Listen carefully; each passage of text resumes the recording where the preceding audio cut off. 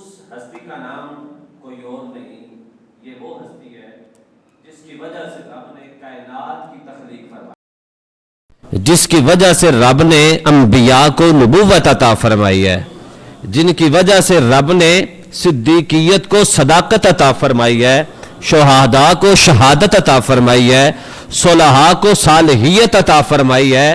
الغرض اس رب نے اپنا آپ ہونا ظاہر بھی اسی مصطفیٰ کی وجہ سے کیا ہے۔ اللہ تعالیٰ قرآن پاک میں ارشاد فرماتا ہے، یا ایھا الناس قد جاءکم برہان من ربکم وانزلنا الیکم نورا مبینا، اے لوگو بے شک تمہارے پاس تمہارے رب کی جانب سے ذات محمدی کی صورت میں ذات حق جل مجدہ کی سب سے زیادہ مضبوط، کامل اور واضح دلیل قاطع آ گئی ہے، اور ہم نے تمہاری طرف اسی کے ساتھ قرآن کی صورت میں واضح اور روشن نور بھی اتار دیا ہے۔ دوسرے مقام پر اللہ تعالیٰ قرآن پاک میں ارشاد فرماتا ہے، قل انما انا بشر مثلکم یوحی الی انما الہکم الہ واحد فمن کان یرجو لقاء ربہ فلیعمل عملا صالحا ولا یشرک بعبادت ربہ احدا۔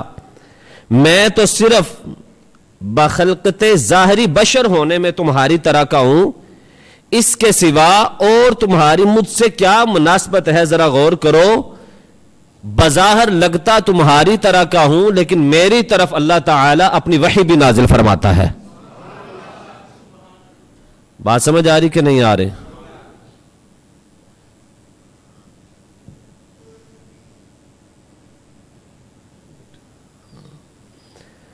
توجہ کرے میری طرف۔ اللہ تعالیٰ دوسرے مقام پر ارشاد فرماتا ہے، اللہ نور السماوات والارض مثل نورہ کمشکاۃ فیہا مصباح المصباح فی زجاجہ الزجاجۃ کأنہا کوکب دری یوقد من شجرۃ مبارکہ۔ توجہ، اللہ فرماتا ہے اللہ آسمانوں اور زمین کا نور ہے، اس کے نور کی مثال جو نور محمدی کی شکل میں دنیا میں روشن ہے، اس طاق نما سینہ اقدس جیسی ہے جس میں چراغ نبوت روشن کر دیا گیا ہے۔ وہ چراغ، وہ فانوس قلب محمدی صلی اللہ علیہ وآلہ وسلم میں رکھا ہے۔ یہ فانوس نور الہی کے پرتوں سے اس قدر منور ہے گویا ایک درخشندہ ستارہ ہے۔ یہ چراغ نبوت جو زیتون کے مبارک درخت سے یعنی عالم قدس کے بابرکت رابطہ وحی سے انبیاء رسول ہی کے مبارک شجرہ نبوت سے روشن ہوا ہے۔ نہ فقط شرقی ہے اور نہ غربی، بلکہ اپنے فیض نور کی وسعت میں عالمگیر ہے کہ اگر کائنات میں کہیں تم روشنی دیکھنا چاہتے ہو، نور دیکھنا چاہتے ہو، تو جہاں بھی تمہیں نور نظر آئے گا، ہدایت نظر آئے گی، وہ نور، وہ ہدایت میرے مصطفیٰ کے نور کی برکت سے نظر آئے گا۔ اسی طرح کئی احادیث ہیں، کئی قرآن مجید کی آیات ہیں۔ اب ہم قرآن پاک کی جو آیہ کریمہ میں نے سب سے پہلے پڑھی، والضحیٰ، رب ذوالجلال فرماتا ہے قسم ہے چاشت کے وقت کی۔ والضحیٰ، قسم ہے، سب بولو، قسم ہے چاشت کے وقت کی، واللیل اذا سجا، اور رات کی جب وہ چھا جاتی ہے۔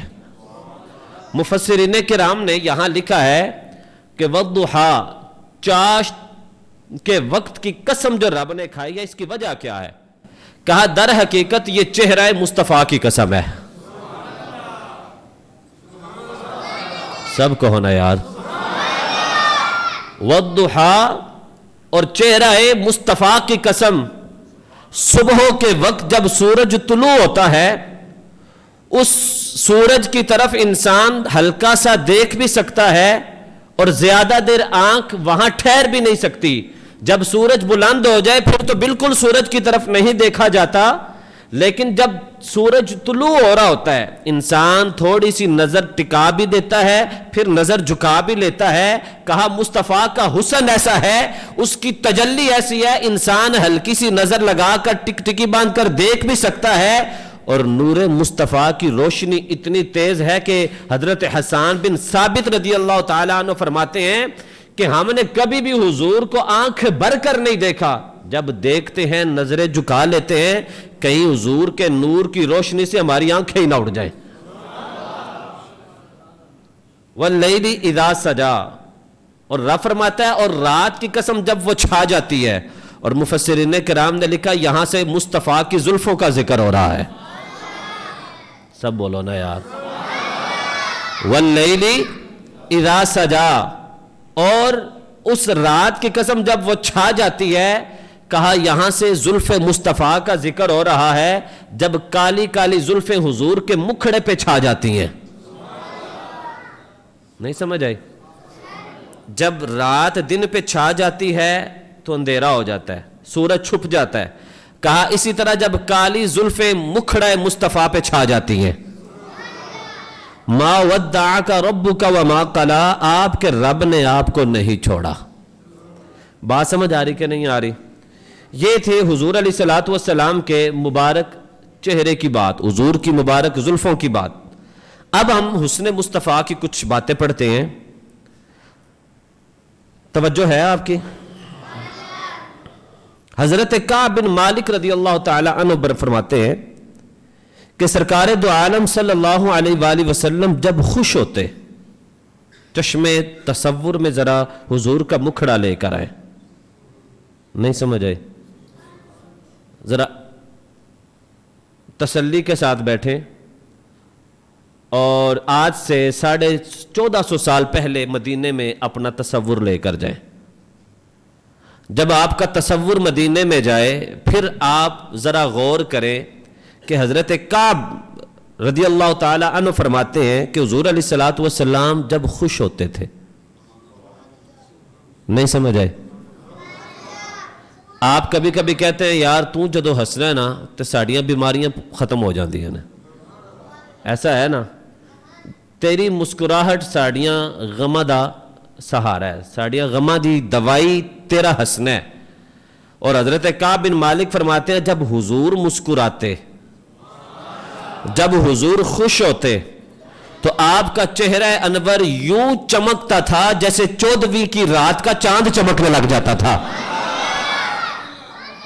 اور فرمایا اور یہ چیز ہم سب کو محسوس ہوتی تھی, ایسا نہیں کہ کوئی کہے کہ مجھے ایسا لگتا ہے جیسے 14ویں کا چاند ہے. نہیں, کہا جو بھی حضور کے چہرے کو دیکھتا تھا وہ یہی محسوس کرتا تھا جیسے 14ویں کا چاند چمک رہا ہے. اسی طرح حضرت ابو عبیدہ بن محمد بن عمار بن یاسر رضی اللہ تعالی عنہ سے روایت ہے, آپ فرماتے ہیں کہ میں نے حضرت ربیع بنت معوذ سے پوچھا مجھے رسول اللہ صلی اللہ علیہ وآلہ وسلم کا حلیہ بتائیں, حضور کا حلیہ مبارک کیسا تھا؟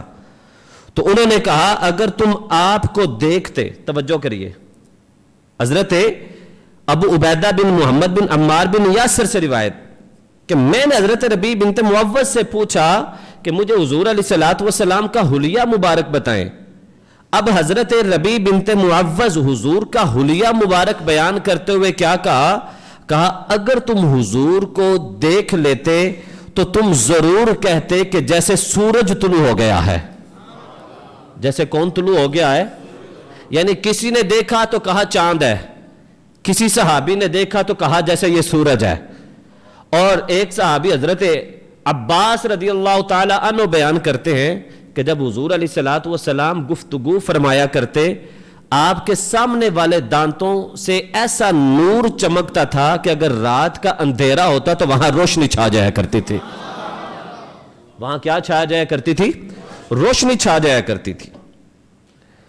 اب صحابہ کرام کو حضور علیہ الصلوۃ والسلام کے جسم مبارک سے کیسا پیار. توجہ, یہ مسلم شریف کی روایت ہے اور کتاب الفضائل کے اندر یہ حدیث ہے. صحابہ کرام کو حضور علیہ الصلوۃ والسلام کے موئے مبارک, آپ کے بالوں سے کتنی محبت تھی کہ حضرت انس رضی اللہ تعالیٰ عنہ فرماتے ہیں کہ رسول اللہ صلی اللہ علیہ وآلہ وسلم نے حج کے موقع پر حلق کروایا. کیا کروایا؟ یعنی آپ نے ٹنڈ مبارک کروائی اور بال منڈوائے. حجام آپ کا حلق کر رہا تھا اور صحابہ کرام حضور علیہ الصلوۃ والسلام کے اردا گرد یوں چکر لگا رہے تھے. توجہ ہے نا آپ کی؟ یوں کیا کر رہے تھے؟ چکر لگا رہے تھے. اور ہر کسی کی یہ تمنا تھی کہ اس کے ہاتھ میں حضور علیہ الصلوۃ والسلام کا کوئی ایک بال مبارک آ جائے تو آپ کا کوئی بال ایسا نہ تھا جو کسی شخص کے ہاتھ پر نہ گرا ہو. یعنی یہ آپ اندازہ لگائیں کہ صحابہ کرام حضور کے موئے مبارک حاصل کرنے کے لیے یوں ایک دوسرے پر سبقت لے رہے تھے کہ ایک بھی حضور کا بال زمین پر تشریف نہ لایا بلکہ سارے کے سارے بال حضور کے صحابہ کے ہاتھوں پر تشریف لے کر آتے رہے. اب صحابہ کرام کو کس نے کہا تھا کہ تم نے حضور کے بال مبارک سے یوں محبت کرنی ہے؟ توجہ ہے کہ نہیں؟ حضرت ام سلمہ، یہ بخاری شریف کی حدیث ہے. توجہ، حضور کے موئے مبارک کی کتنی برکت ہے. توجہ کرے ذرا. یہ کتاب اللباس بخاری شریف کی 4 جلد ہے اور باب ما یذکر فی الشیب. یہاں حضرت ام سلمہ حضور علیہ الصلوۃ والسلام کی زوجہ آپ بیان کرتی ہیں کہ میرے پاس حضور کے کچھ موئے مبارک تھے، بال مبارک تھے، اور آپ نے وہ موئے مبارک ایک شیشی کے اندر محفوظ کر لیے. اور آگے بخاری شریف کے لفظ کیا ہے کہ جب آپ کے پاس کوئی بیمار انسان آتا جس کو نظر بد لگ جاتی، کسی کو کوئی بیماری لگ جاتی، آپ وہ ڈبیا جس کے اندر حضور کے موئے مبارک تھے وہ ڈبی پانی کے اندر بھگوتی، نکال کر رکھ لیتی، پانی بیمار کو پلا دیتی، اللہ اسے شفا عطا فرما دیا کرتا تھا. یہ حضور کے موئے مبارک کا فیض ہے. اسی طرح حضور علیہ الصلوۃ والسلام کی ایک زوجہ کے پاس آپ کا جبہ مبارک تھا. آپ فرماتی ہیں کہ جب بھی کوئی بیمار آتا وہ جبے مبارک کا ایک کنارہ پانی میں بھگوتی، بیمار کو پلا دیتی، اللہ اسے شفا عطا فرما دیا کرتا تھا. یہ حضور علیہ الصلوۃ والسلام کے جسم کے ساتھ تعلق رکھنے والی چیزوں کی برکت ہے کہ جس کو حضور علیہ الصلوۃ والسلام کی چیزوں سے نسبت ہو جائے اللہ تعالیٰ ان چیزوں کے اندر بھی شفا رکھ دیتا ہے. اب توجہ کریں، یہ میں نے موضوع چنا کیوں تھا، اس موضوع کو چننے کا میرا مقصد کیا تھا، اس کی خاص وجہ تھی. آپ نے سنا ہوگا چند دن پہلے جیو نیوز والوں نے حضور علیہ الصلوۃ والسلام کے جسم مبارک کا خاکہ تیار کیا. استغفر اللہ کہیں. اور میں اس پر آپ کے سامنے کچھ روایات لے کر آؤں گا، پھر آپ کو اندازہ ہوگا یہ کتنی بڑی جسارت تھی حضور کی ذات کے بارے میں. انہوں نے حضور کے جسم مبارک کا خاکہ بنایا اور اس کے اندر حضور کا بس چہرہ نہیں دکھایا، پشت دکھائی اور یہ ثابت کیا کہ یہ مصطفیٰ علیہ الصلوۃ والسلام ہے، جس پر پھر علماء نے، دنیا نے، پیمرا نے، سب نے جو بھی ایکشن لیا. لیکن اصل اس کے پیچھے مقصد کیا ہے ان کا، میں یہ بتانا چاہتا ہوں. اور یہ بتانا چاہتا ہوں کہ جس محمد کا انہوں نے خاکہ بنایا ہے وہ کوئی اور محمد ہوگا. جس محمد کو رب نے پیدا کیا ہے، رب نے ان کا سایہ نہیں بنایا، ان جیسا کوئی کیسے ہو سکتا ہے. یہ بات میں نے کیوں کی، حضور علیہ الصلوۃ والسلام کو لوگ کہتے تھے مزمم. مزمم کا معنی غلط ہے، ذلیل، نعوذ باللہ. یہ میں سمجھانے کے لیے تو حضور علیہ الصلوۃ والسلام سے عرض کی کہ یا رسول اللہ لوگ آپ کو مزمم کہتے ہیں. تو آپ نے فرمایا وہ کسی اور کو مزمم کہتے ہیں، میں تو محمد ہوں، اور محمد کا معنی ہوتا ہے تعریف کیا گیا. وہ کسی اور کی باتیں کرتے ہیں، مجھے رب نے محمد بنا کر دنیا میں مبعوث فرمایا ہے. اور میں کہتا ہوں جیو والوں نے حضور کا خاکہ بنایا، وہ حضور کا نہیں، وہ کسی اور کا ہوگا. جس محمد کی ہم باتیں کرتے ہیں رب نے ان کو بے مثال دنیا میں پیدا فرمایا ہے. اس لیے کہ کسی مداح مصطفیٰ نے کہا لم یخلق الرحمن مثل محمد ابدا وعلمی انہ لا یخلق. اللہ نے حضور جیسا کوئی پیدا ہی نہیں کیا اور میں یہی جانتا ہوں کہ وہ کبھی ایسا پیدا کرے گا بھی نہیں. اب آپ یہاں دیکھیں، آپ کو ایک حدیث نظر آ رہی ہے عربی میں لکھی ہوئی مسجد کے اندر. وَأَحْسَنُ مِنْكَ لَمْ تَرَ قَطُّ عَيْنِي، لکھا نظر آ رہا ہے آپ کو؟ آج آپ کو اس کا معنی بتاتا ہوں میں.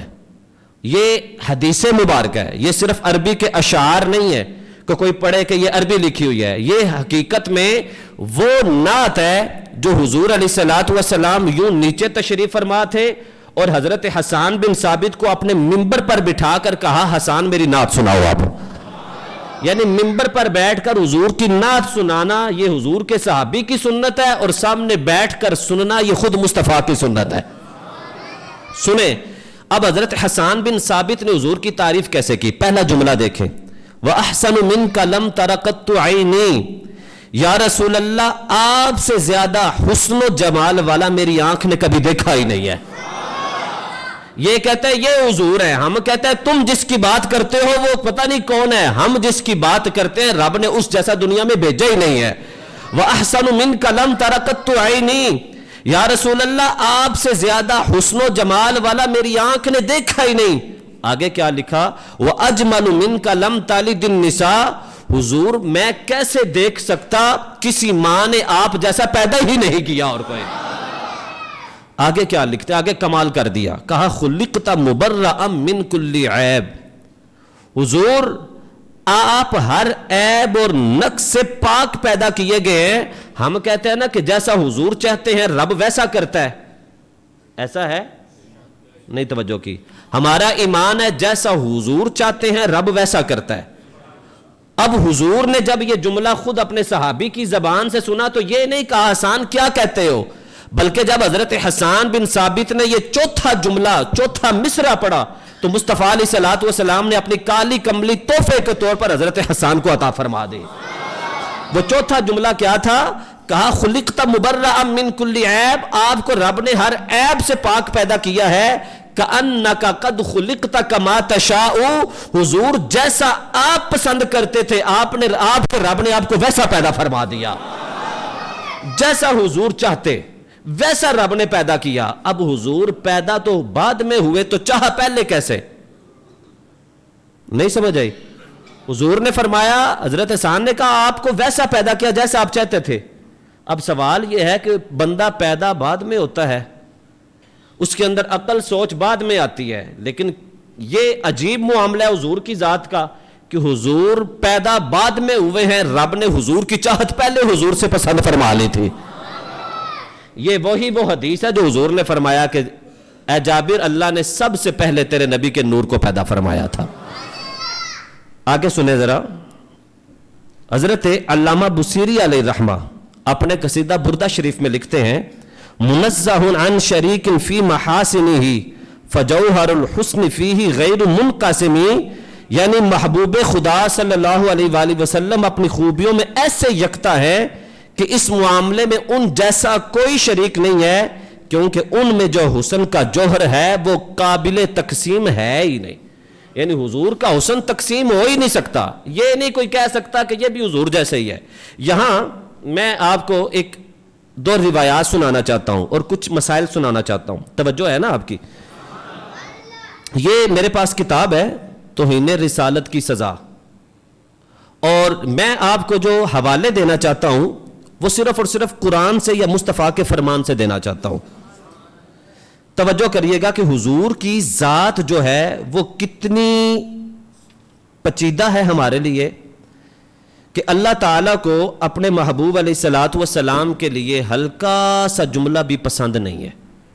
اور میں بغیر کسی وہ جوشیلے پن سے میں بالکل ہلکے انداز میں چند باتیں سنانا چاہتا ہوں.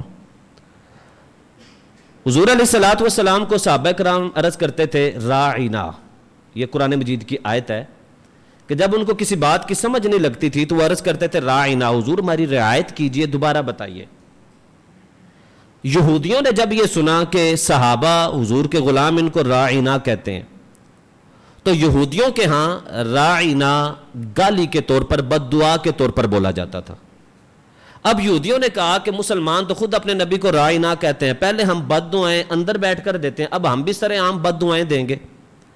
تو اتنے میں حضور علیہ الصلوۃ والسلام کے ایک صحابی حضرت سعد بن معاذ، جب ان کو یہ پتا چلا اور وہ یہودیوں کی لغت جانتے تھے تو وہ جلال اور تیش میں آ کر کہا کہ اب تم میں سے کسی نے راعنا کا لفظ بولا تو میں اسے قتل کر دوں گا. جب یہ کہا تو رب ذوالجلال نے قرآن مجید میں آیت نازل فرمائی, اور وہ آیت کیا تھی؟ یا ایھا الذین آمنوا لا تقولوا راعنا وقولوا انظرنا. کہا کہ اے میرے محبوب کے غلاموں, اے ایمان والو, آج کے بعد تم نے راعنا کا لفظ نہیں بولنا, وہ لفظ جس کے دو معنی بنتے ہوں, ایک تعریف والا اور ایک تذلیل والا. تم نے وہ لفظ ہی نہیں بولنا. آج کے بعد جب بھی تمہیں ضرورت پڑے تم نے عرض کرنی ہے یا رسول اللہ انظر حالنا, حضور ہماری حالتوں پہ نظر کرم فرمائیے, نظر کرم فرمائے. رب کو وہ لفظ بھی گوارا نہیں جس لفظ کے دو معنی بنتے ہوں. اسی طرح قرآن مجید میں اللہ تعالیٰ ارشاد فرماتا ہے ان الذین یغضون اصواتهم عند رسول اللہ اولئک الذین امتحن اللہ قلوبهم للتقوی. اس سے پہلے اللہ تعالیٰ نے ارشاد فرمایا یا ایھا الذین آمنوا لا ترفعوا اصواتکم فوق صوت النبی ولا تجہروا له بالقول کجہر بعضکم لبعض ان تحبط اعمالکم وانتم لا تشعرون. توجہ, میں آپ آپس میں بات کر رہے ہو نا, تو میری آواز اونچی ہو سکتی ہے نا آپ سے, آپ کی میرے سامنے ہو جائے گی, بیٹے کی باپ کے سامنے ہو جاتی ہے نا یار. سمجھ آ رہی کہ نہیں آ رہی؟ توجہ کریے گا, میں آپ کو حضور کی ذات کے بارے میں بتانا چاہتا ہوں کہ حضور کی ذات کتنی ہمارے لیے ایمان کا درجہ رکھتی ہے. کہ اللہ نے فرمایا کہ تم نے اپنی آواز کو میرے محبوب کے سامنے پست رکھنا ہے, اور صحابہ کرام نے جب یہ آیت کریمہ تلاوت کی تو حضرت ابو بکر صدیق اور حضرت عمر فاروق اتنے دھیمے انداز میں حضور سے پھر بات کرتے, کان میں آ کر کے سرکار کو دوبارہ پوچھنا پڑتا, ابو بکر کیا کہہ رہے ہو, ذرا اونچا بولو. اتنی آوازوں کو پست کیا. آگے اللہ تعالیٰ نے کیا فرمایا؟ وَلَا تَجْهَرُوا لَهُ بِالْقَوْلِ كَجَهْرِ بَعْضِكُمْ لِبَعْضٍ. اور تم نے جس طرح آپس میں ایک دوسرے کو پکارتے ہو نا, اس طرح میرے نبی کو نہیں پکارنا. اسی لیے یا محمد کہنے سے منع کیا گیا ہے, یا رسول اللہ کہنے کو حکم دیا گیا ہے. یا محمد, آپ حضور کا نام لے کر حضور کو نہیں پکار سکتے. کسی بھی دکان پہ جگہ پہ آپ یا محمد نہیں لکھ سکتے, اس لیے کہ رب نے یوں پکارنے سے منع کیا ہے, بلکہ جب بھی حضور کو پکارنا ہے تو یا رسول اللہ یا حبیب اللہ کہہ کر پکارنا ہے, ورنہ ہوگا کیا؟ توجہ, اللہ نے فرمایا اگر تیری آواز اونچی ہوئی یا تم نے ایسا بلایا جیسے تم آپس میں ایک دوسرے کو بلاتے ہو, ان تحبط اعمالکم, تمہارے سارے اعمال میں ضائع کر دوں گا. کیا ہوں گے؟ تمہارے سارے اعمال ضائع ہو جائیں گے. اس کا حکم میں بعد میں بتاتا ہوں. حضور علیہ الصلوۃ والسلام کی جو کملی مبارک ہے, چادر مبارک, اس کے بارے میں حضرت ابن وہب نے امام مالک علیہ الرحمہ سے نقل کیا ہے کہ جس نے توہین کی نیت سے یہ کہا کہ یہ نبی کریم علیہ الصلوۃ والسلام کی چادر میلی ہے. کیا کہا؟ چادر میلی ہے. حضور کے جسم کو نہیں, صرف حضور کی چادر مبارک کو کہا, اس کو اسی وقت قتل کر دیا جائے گا. حضور علیہ الصلوۃ والسلام کے بال مبارک, اس کو عربی میں کہا جاتا ہے شعرن. کیا کہا جاتا ہے؟ شعر, شین عین را. توجہ کریے گا اس پر, اسے کہا جاتا ہے شعر, اور اس کی تصغیر, یہ ایک عربی لغت کی گرامر کی بات ہے لیکن میں سمجھا دیتا ہوں. ایک ہے شعر, بڑا بال, شعیر کہتے ہیں چھوٹے بال کو. کیا کہتے ہیں؟ چھوٹے بال کو. یہاں پر توجہ محیط میں ہے کہ بعض مشائخ کے نزدیک اگر کسی نے حضور کے بال مبارک کو شعر کی بجائے شعیر کہہ دیا تو اسی لمحے وہ بندہ کافر ہو جائے گا. اور بعض کے نزدیک اگرچہ توہین کی نیت نہیں ہے, ایسے ہی اس نے حضور کے بال کو چھوٹا بال شعیر کہہ دیا, پھر بھی یہ کہنے والا بندہ اسی وقت کافر ہو جاتا ہے, اس لیے کہ اس نے حضور کے جسم مبارک میں سے کسی بھی حصے کو چھوٹا کیوں کہا. حضور علیہ الصلوۃ والسلام کی سنت مبارکہ, اس کو بھی سن لیں. امام ابن بزار حنفی علیہ رحمہ فرماتے ہیں اگر کوئی شخص کہے کہ حضور علیہ الصلوۃ والسلام کا معمول تھا کہ آپ کھانا کھانے کے بعد اپنی انگلیاں چاٹ لیتے تھے. توجہ, اور کوئی سننے والا حقارت سے کہہ دے کہ این بے ادبی کہ یہ تو مجلس کے بڑا خلاف ہے، کیا بندہ چند لوگ بیٹھے وہاں انگلیاں چاٹے، یہ تو بڑی بری چیز ہے. فرمایا اس نے حضور کی سنت کو حقیر کہا، اسی لمحے وہ بندہ کافر ہو جائے گا، اسی لمحے. اسی طرح اگر کسی نے کوئی حدیث سنی، کسی کے سامنے کوئی حدیث بیان کرے نا، تو بعض اوقات بندے کہہ دیتے ہیں یار تو ساننا حدیثہ سنا سا بڑیاں حدیثہ سنیاں نے، سانو نہ دس اسا بڑا پڑھیا ہے. سنتے ہیں یہ جملے کے نہیں سنتے؟ تو سنیں. اس پر الشفاء شریف خلاصۃ الفتاوی کے اندر یہ موجود ہے، اور فتاوی بزازیہ کے اندر یہ موجود ہے. اگر کسی نے کوئی حدیث سنی پھر حقارت کرتے ہوئے کہنے لگا، اس طرح کی بہت سی حدیثیں میں نے سنی ہوئی ہیں، اس طرح سے کہنے والا شخص دائرہ اسلام سے خارج کر دیا جاتا ہے. حضور علیہ الصلوۃ والسلام کے حسن و جمال پر تنقید کرے کوئی بندہ، اس کو بھی سنے. امام محمد بن زید نے اس شخص کے قتل کا فتویٰ دیا جو قوم کی باتیں سننے لگا، جو حضور علیہ الصلوۃ والسلام کی صفات کا تذکرہ کر رہی تھی. توجہ، کوئی بندہ بیٹھ کر حضور کی صفات بیان کر رہا ہے، حضور کا حسن جمال ایسا تھا، حضور کی داڑھی مبارک ایسی تھی، حضور کی زلفیں ایسی تھیں، وہ تذکرہ کر رہا ہے. اور اچانک ایک کبھی شخص، یعنی جس کی چہرے کی خوبصورتی اتنی نہیں تھی اور اس نے داڑھی رکھی ہوئی ہے، اس نے اس کی طرف کہا کہ اگر کسی نے حضور کی صفت دیکھنی ہے تو اس بندے کو دیکھ لو. اتنا کہہ دیا. کہا اس نے حضور علیہ الصلوۃ والسلام کے حسن و جمال پر تنقید کرتے ہوئے جملہ کہا، اسی لمحے حاکم وقت اس کو قتل کر دے گا. اور امام احمد بن سلیمان آپ فرماتے ہیں کہ من قال ان النبی کان اسود یقتل، جس نے کہا کہ حضور کا رنگ سیاہ تھا اسے بھی قتل کر دیا جائے گا.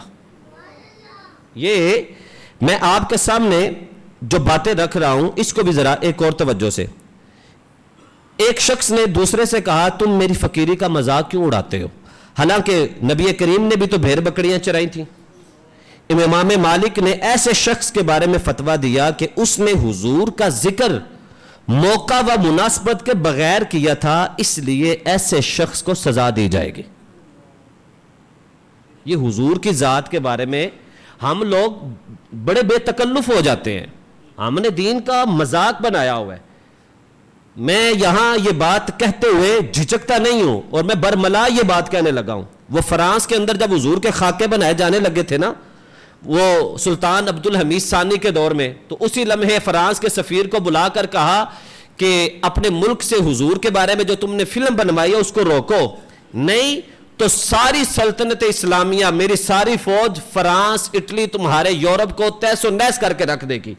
فرانس والوں نے اسی وقت وہ فلم روک دی. لیکن تب سے ان کے دل کے اندر یہ بات چھپی ہوئی تھی، اور آج تک وہ حضور کے خاکے بنانے سے دریغ نہیں کرتے. اور بابا جی علامہ خادم حسین رضوی اس وقت بھی کہا کرتے تھے اپنی حکومت سے کہ ان کو روکو، اور کہا جاتا تھا کہ ہمارے ملک میں کون سا ہوا جو ہم ان کو روکے، وہ تو کہ ان کے ملک میں ہو رہا ہے. تو میرا اب سوال یہ ہے کہ اب تو پاکستان کے ملک میں حضور کا خاکہ بنا دیا گیا ہے. اب کون پوچھے ان سے؟ اب کون اس کے بارے میں جواب دے؟ اب کون بولے گا کہ تم نے حضور کی ذات کا خاکہ بنا دیا؟ رب نے جن کو بے مثل بنایا ہے. میں یہ چند قرآن پاک کی آیات آپ کے سامنے رکھنا چاہتا ہوں اور بات مکمل کرتا ہوں. اللہ تعالیٰ فرماتا ہے لِتُؤْمِنُوا بِاللَّهِ وَرَسُولِهِ وَتُعَزِّرُوا وَتُوَقِّرُوا، تم اللہ اور رسول پر ایمان لاؤ اور اس کی مدد کرو اور ان کی تعظیم کرو. تو اہل ایمان پر حضور کی تعظیم اور حضور کی توقیر واجب ہو گئی، فرض ہو گئی. اللہ تعالیٰ قرآن پاک میں ارشاد فرماتا ہے اگر تمہاری آواز میرے نبی کی آواز سے اونچی ہوئی تمہارے سارے اعمال ضائع کر دیے جائیں گے.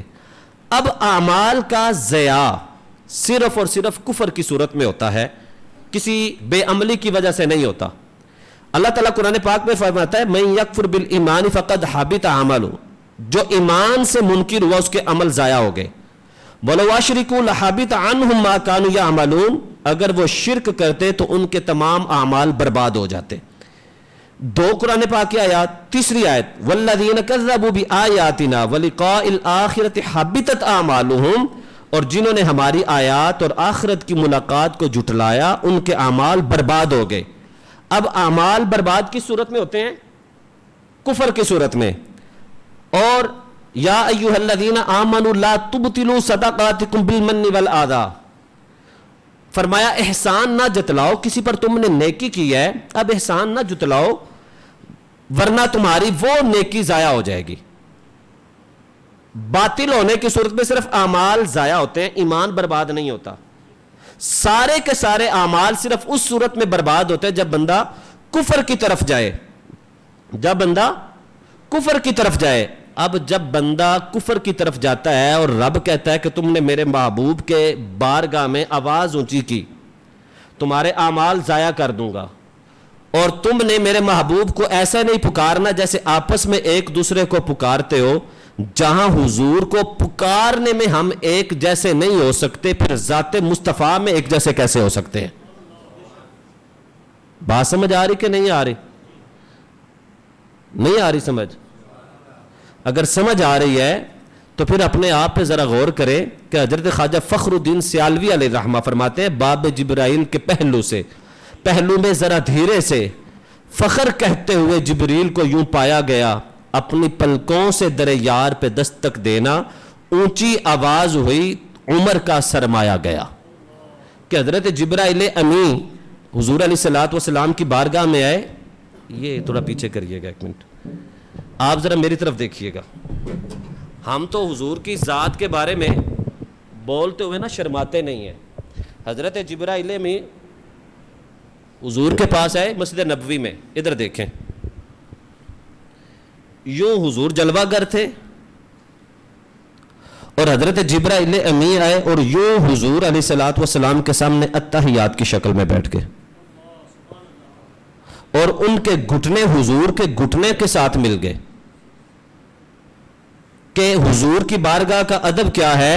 اور اس ادب کو جب حضرت عمر فاروق اعظم نے دیکھا نا تو پتہ ہے وہ حضور کے سامنے کیسے حاضر ہوتے تھے؟ حضرت عمر فاروق حضور کے سامنے یوں بیٹھتے اور یوں بیٹھ جاتے۔